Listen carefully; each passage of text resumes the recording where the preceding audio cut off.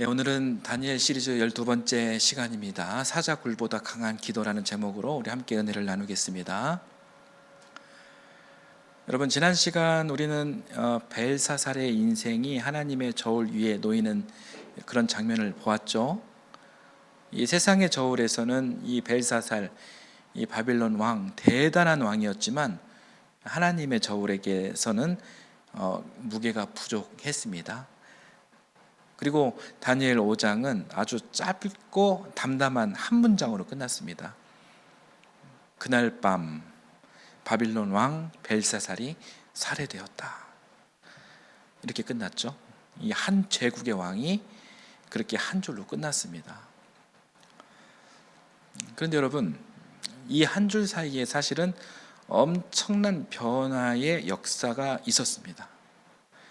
슬라이드 한번 보여주십시오. 여러분, 이 변화는 한 사람 왕이 죽은 정도가 아닙니다.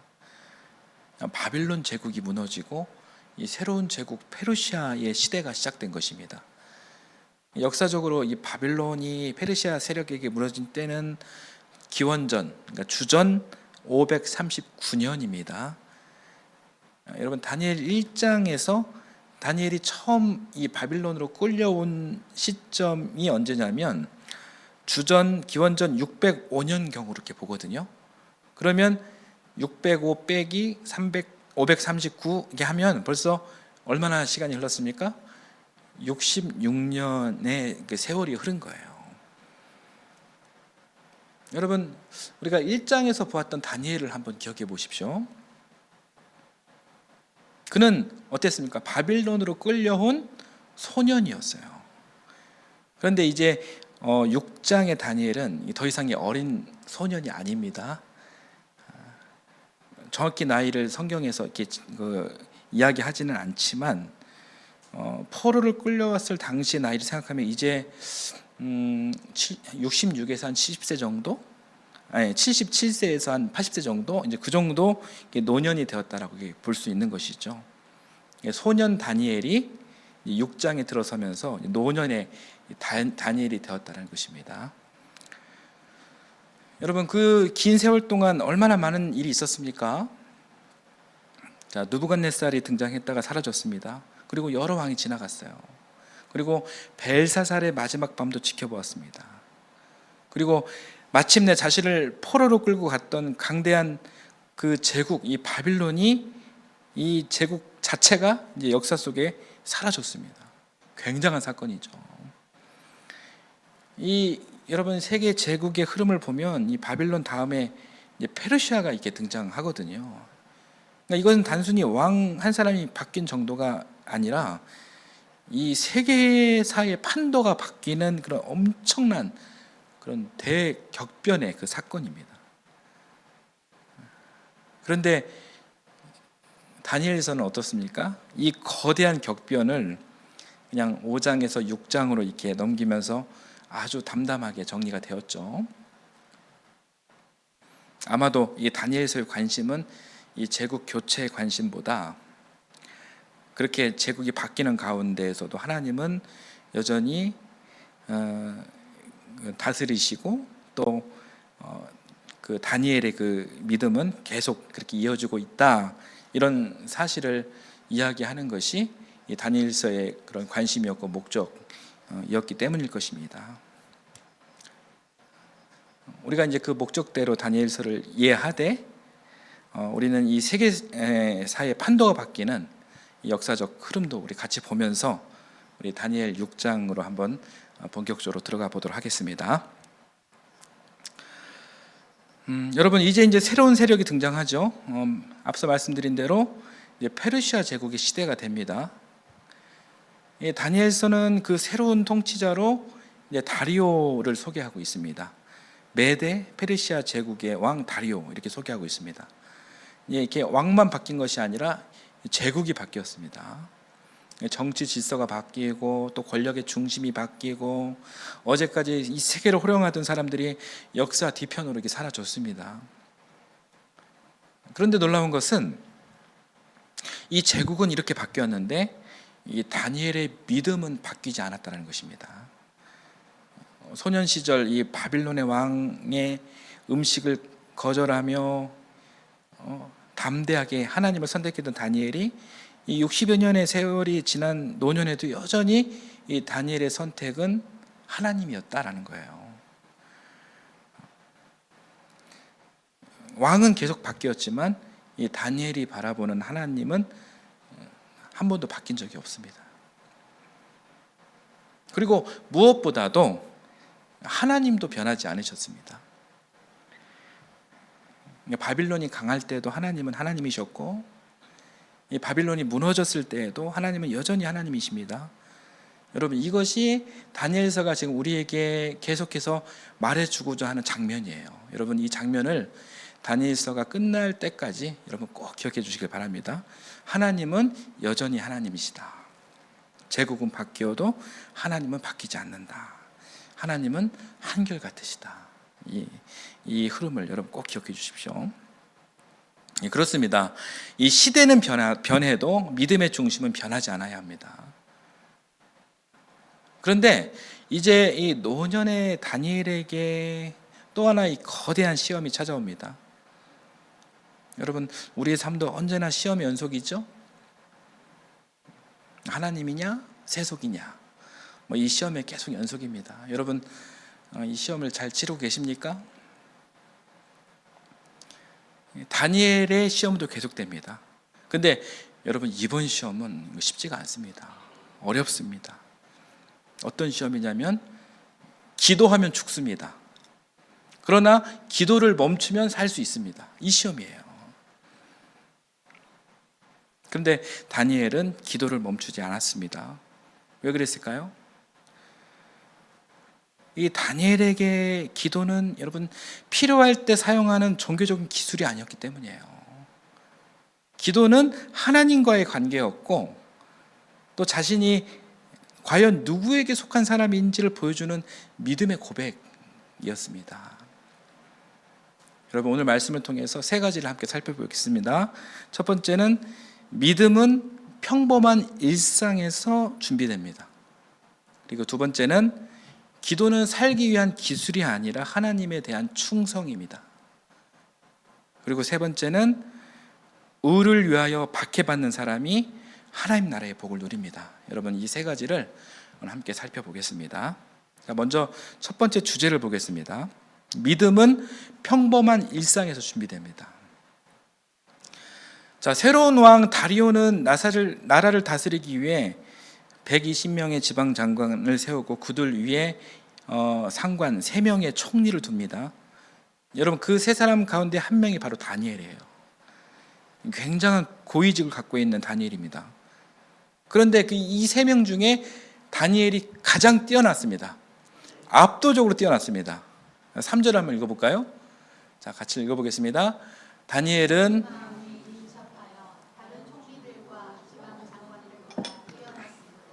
왕은 그에게 온 나라를 다스리게 하라고 하였다. 여러분, 지금 다니엘은 새로운 제국에서 일하고 있죠. 이게 다니엘은 이 페르시아 제국 사람이 아니에요. 유다에서 포로로 끌려온 사람입니다. 그런데 바빌론에서도 중요한 일을 맡았고 제국이 바뀐 뒤에도 새로운 왕이 여전히 그를 신뢰하고 인정합니다.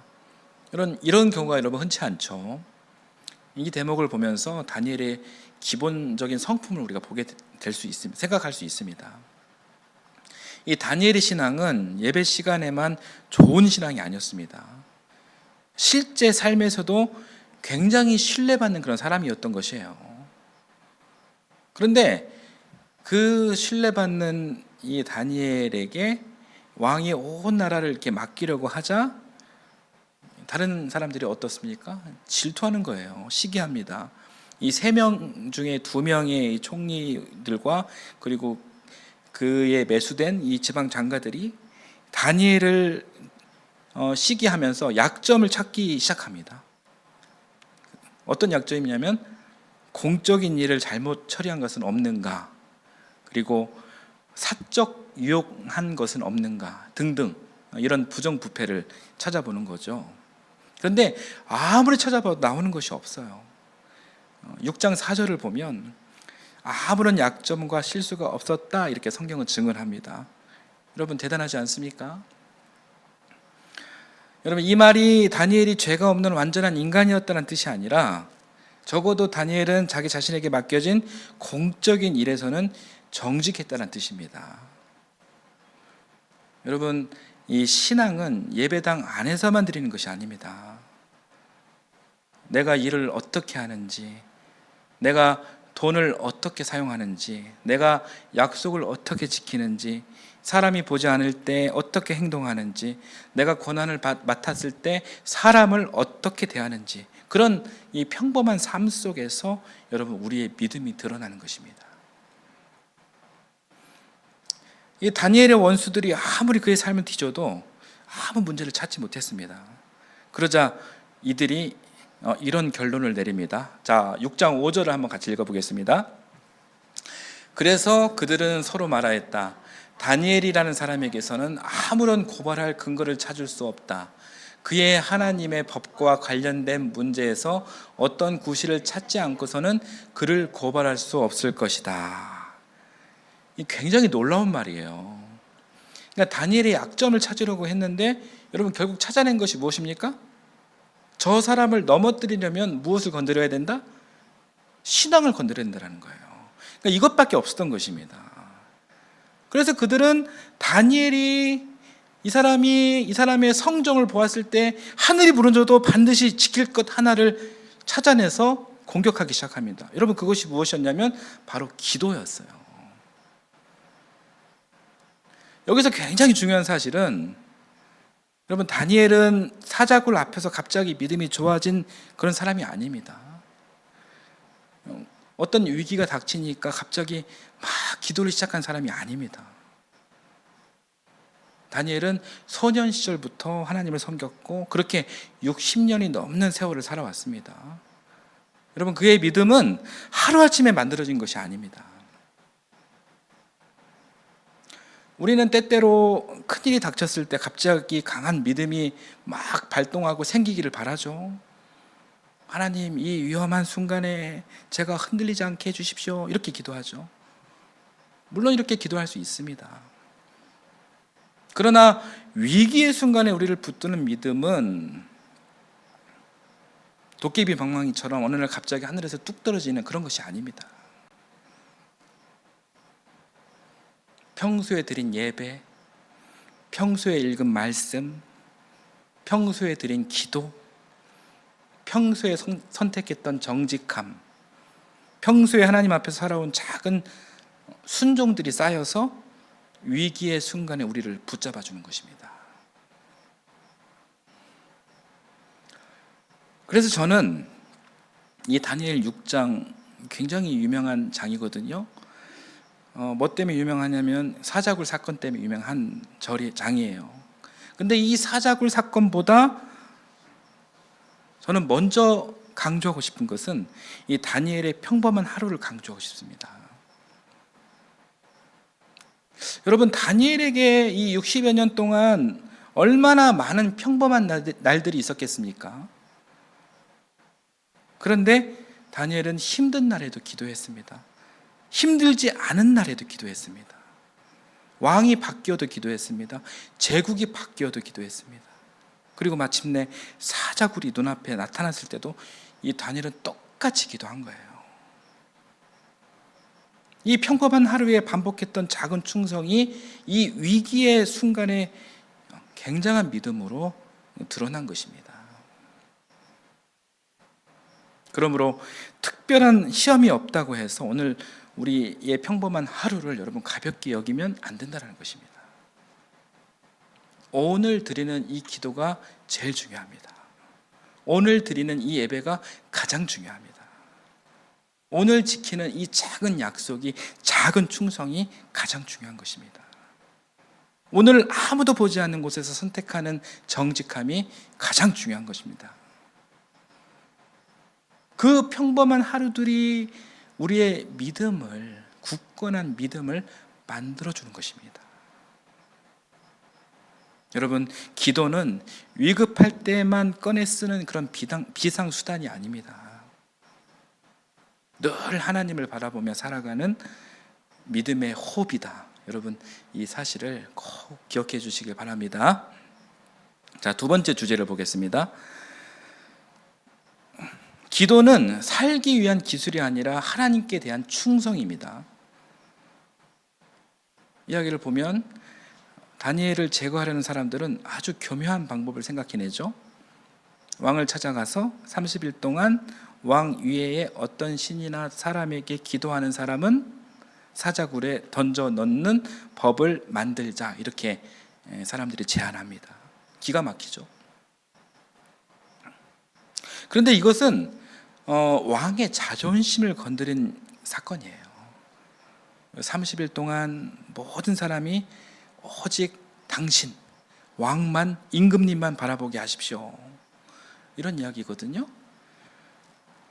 여러분, 이 이야기를 듣고 자기 질서에 복종하게 하는 그런 일이잖아요. 그러니 이 왕도 여러분 기분이 나쁘지 않았던 것 같습니다. 그래서 법에 이렇게 서명합니다. 이제 다니엘에게 아주 현실적인 선택이 주어졌습니다. 기도하면 죽어요. 그러나 기도하지 않으면 삽니다.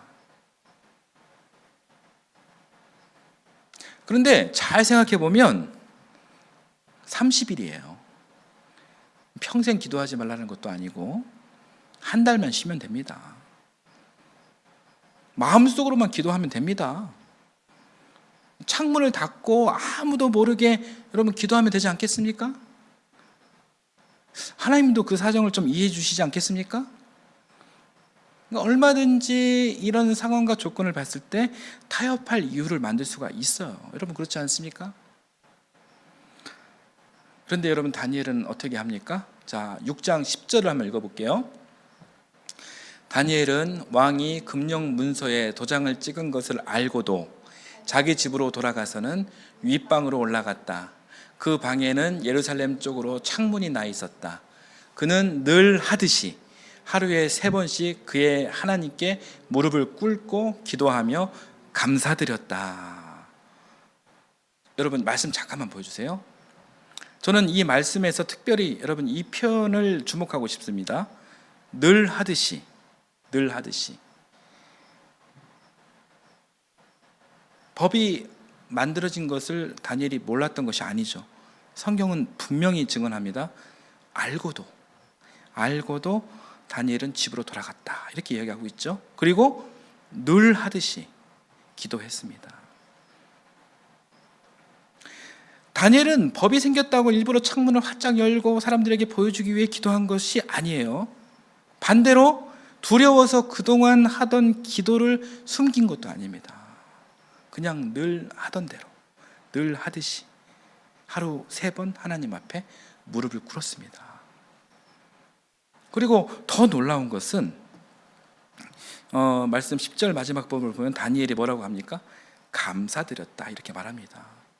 여러분 기도하면 죽을 수도 있는데 다니엘이 감사했다, 감사드렸다, 이렇게 성경은 증언하고 있습니다. 여러분 이것이 다니엘의 기도입니다.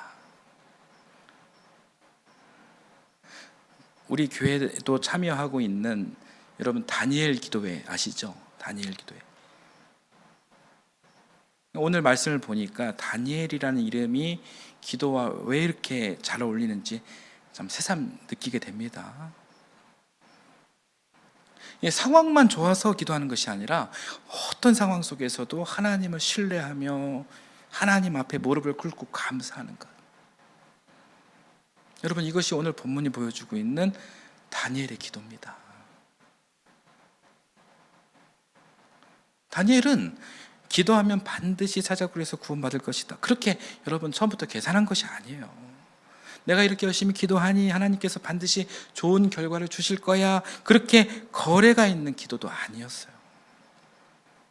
다니엘의 기도는 그저 하나님이 하나님이시기 때문에 기도한 것입니다. 여러분 이것이 중요합니다. 우리가 기도를 잘못 이해하면 기도를 하나님을 움직이는 어떤 기술로 생각할 수 있어요. 기도를 많이 하면 내가 결과를 얻고, 내가 원하는 결과를 얻고, 내 기도를 오래 하면 하나님께서 내 부탁을 들어주시고, 그리고 기도를 더 뜨겁게 기도하면 혹시 방언까지 하면 하나님께서 내 계획대로 옮겨 주실 수 있을 것처럼 이게 생각할 수 있습니다. 물론 우리는 우리의 그 필요와 그리고 소원을 하나님께 얼마든지 아뢰일 수 있죠. 그러나 이 다니엘의 기도가 우리에게 보여주는 것은 여러분 그것보다 훨씬 깊습니다. 다니엘의 기도는 하나님을 움직이는 기술이 아니라 하나님께 속한 사람으로 살아가는 충성이었습니다. 살려주시면 기도하고 안 살려주시면 그만두는 그런 것이 아니었습니다. 상황이 좋으면 하나님을 믿고 상황이 나빠지면 하나님께에게서 돌아가는 것도 아닙니다. 단지 하나님은 하나님이시기 때문에 기도하는 겁니다.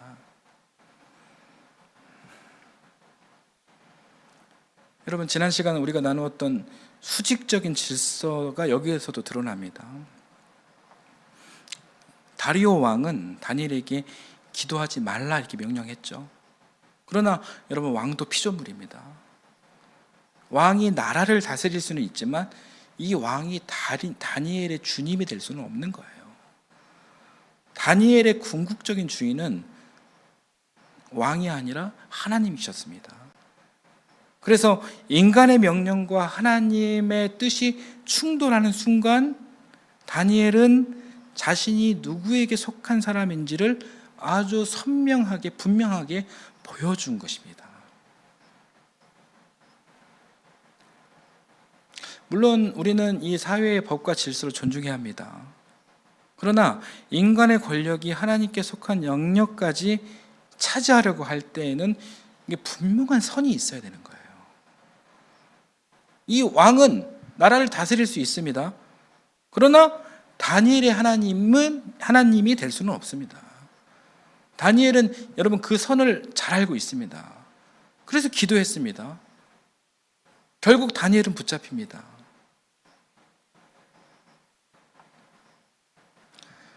또 성경을 보면은 다리오 왕은 다니엘을 굉장히 신뢰했던 것 같죠? 좋아했습니다. 그래서 왕도 뒤늦게 자신이 함정에 빠졌다는 것을 알게 되고 또 이 다니엘을 살리기 위해 애를 막 쓰지만 자기가 승인한 법 때문에 아무것도 하지 못합니다. 결국 이 다니엘은 사자굴에 던져집니다. 그날 밤 왕은 잠을 자지 못합니다. 먹지도 못하고 즐거움을 찾지도 못합니다. 그런데 이 사자굴에 들어간 다니엘에 대해서 성경은 그의 공포를 설명하지 않아요. 다음날 아침 왕이 사자굴로 달려갑니다. 그리고 다니엘을 부릅니다. 뭐라고 부르냐면, 자 20절을 또 한번 읽어보겠습니다. 그 굴 가까이에 이르러서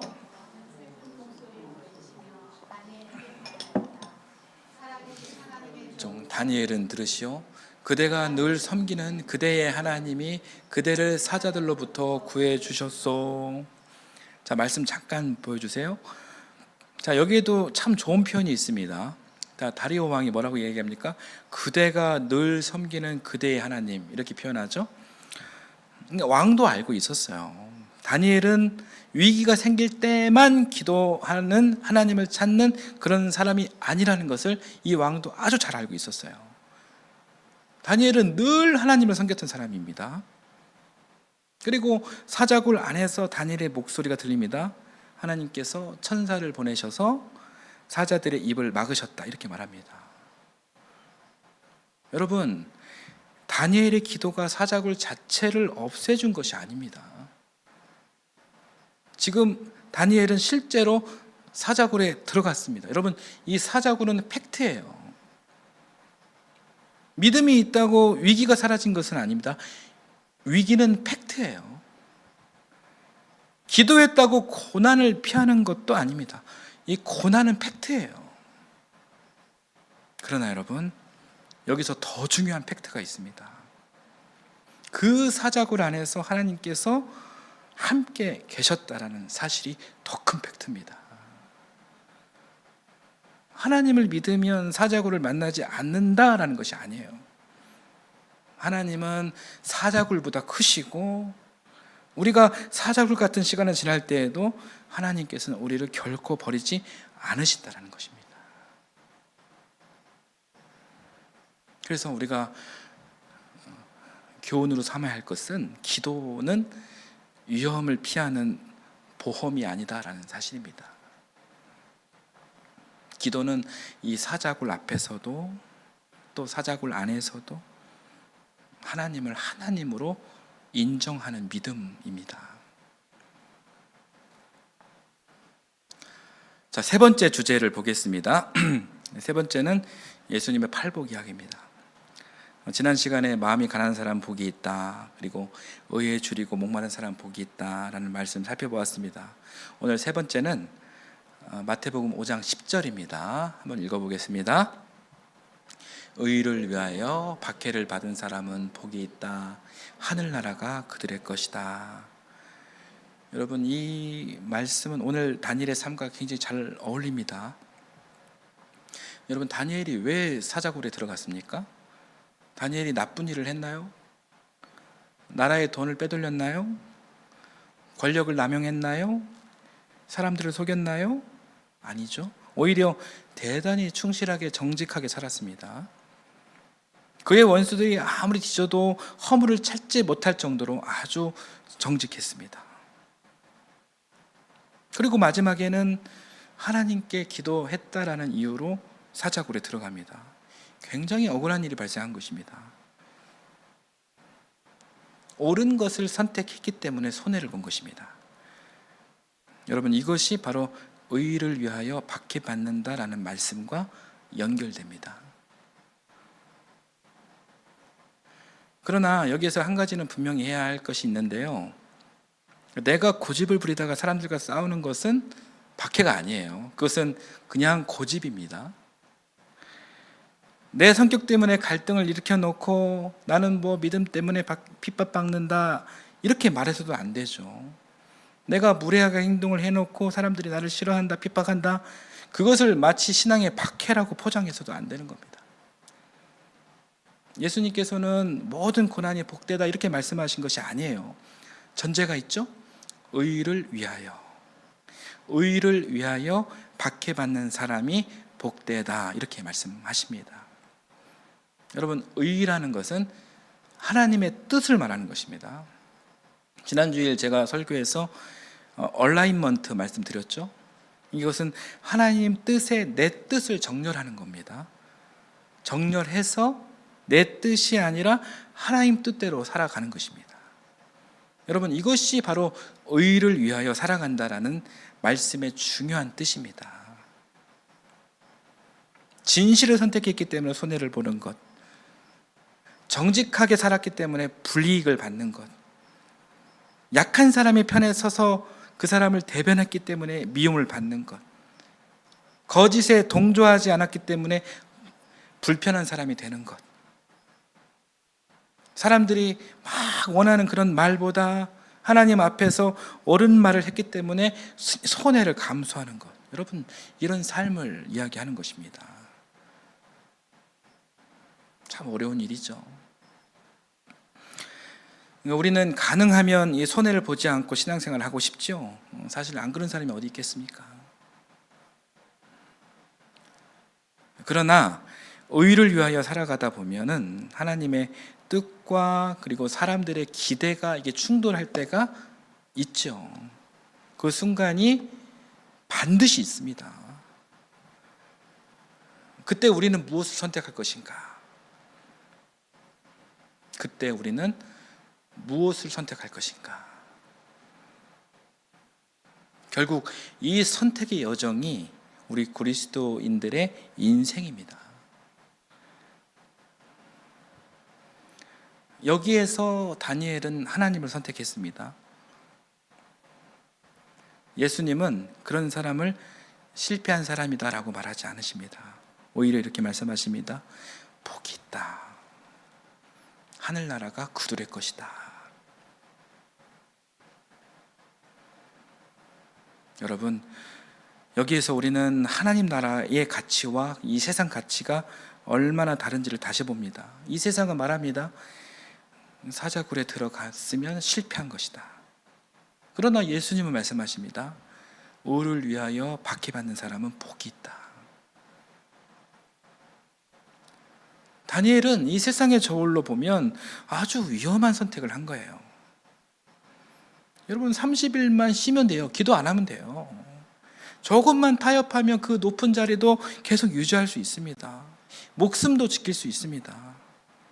그런데 다니엘은 그렇게 하지 않았습니다. 왜 그랬을까요? 그의 인생에서 가장 무게 있는 것은 그런 높은 자리도 아니었고 권력도 아니었고 심지어 자기 목숨도 아니었습니다. 그에게 가장 중요한 가치는 하나님께 대한 믿음과 충성이었습니다. 그러나 여러분 여기서 또 하나 조심해야 될 것이 있습니다. 다니엘 6장을 읽고 믿음만 좋으면 모든 사자굴에서 기적적으로 살아나온다 이렇게만 생각하면 또 안 되는 겁니다. 이 성경에는 이 다니엘처럼 이 죽음에서 건진받은 사람도 있지만 안 그런 사람이 더 많잖아요. 믿음을 지키다가 죽은 사람들도 엄청 많습니다. 그리고 무엇보다도 누가 그러셨습니까? 예수님이 그러셨어요. 예수님은 끝까지 하나님의 뜻에 순종하셨지만 이 십자가를 피하지 않으셨습니다.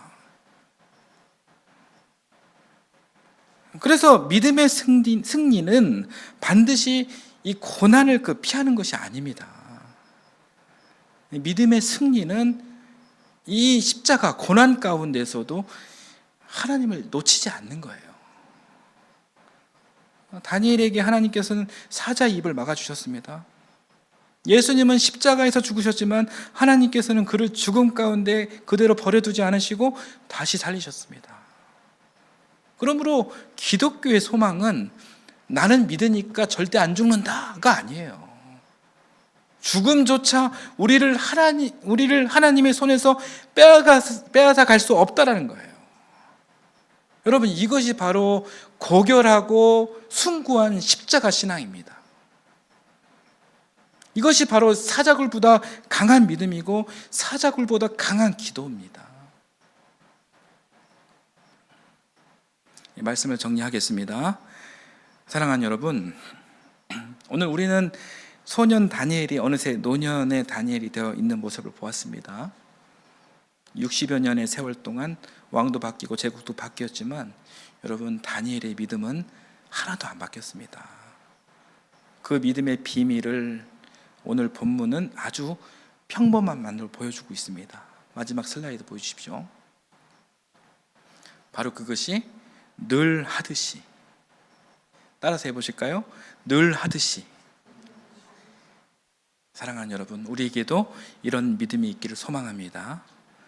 어떤 특별한 순간에만 하나님을 찾는 것이 아니라 평범한 하루 속에서도 하나님을 온전히 사랑하고 또 예배하며 또 기도하는 그런 거룩한 인생, 숭고한 인생, 그런 인생을 살아가시길 예수님의 이름으로 축원합니다.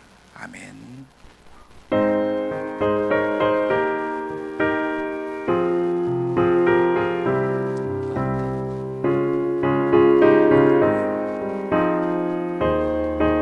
찬송가 357장입니다.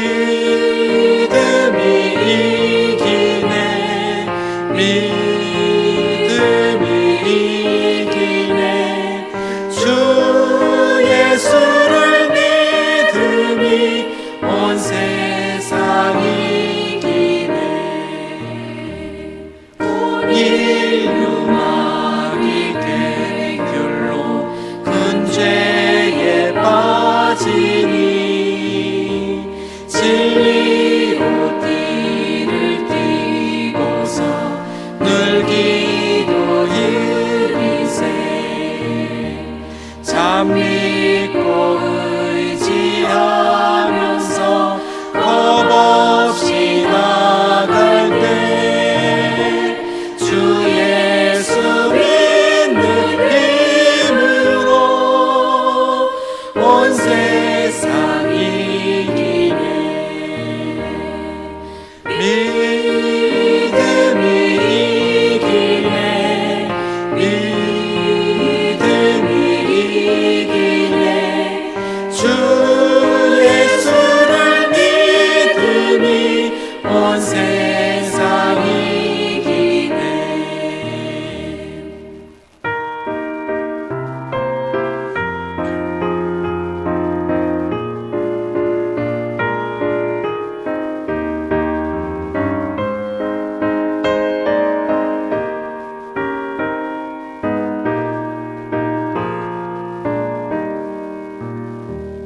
끝까지 이긴 자에게 흰 옷을 입히고 또 영생 복을 주시니 참 기쁜 일일세. 이 어두운 세상 지나서 저 천성 가도록 주 예수 믿는 힘으로 온 세상 이기네. 믿음이 이기네.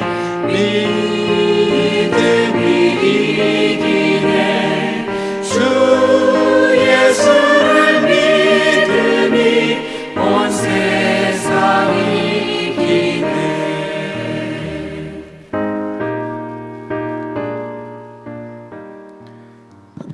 사랑의 하나님, 오늘 다니엘의 삶을 통해 평범한 하루의 믿음이 얼마나 귀한지 다시 보게 하시니 감사드립니다. 위기의 순간에만 주님을 찾는 것이 아니라 오늘도 늘 하듯이 예배하고 기도하며 주님을 신뢰하게 하옵소서. 사절구와 같은 현실, 위기와 고난이 찾아오더라도 이 두려움에 무너지지 않게 하시고 그 모든 어렵고 무서운 현실 가운데 함께 하시는 전능하신 창조주 하나님을 붙들게 하옵소서. 특별히 예수님께서 말씀하신 것처럼 의를 위하여 밖에서 받는 사람이 복되다는 하나님 나라의 이 말씀을 마음에 새기게 하시고 우리에게 손해가 있더라도 진실과 믿음을 지키며 하나님의 뜻을 선택하게 하옵소서. 십자가를 피하지 않으시고 끝까지 하나님의 뜻에 순종하신 예수 그리스도를 바라보며 고난 가운데에서도 하나님을 놓치지 않는 그런 순결한 믿음으로 살아가게 하옵소서. 예수님의 이름으로 기도드립니다.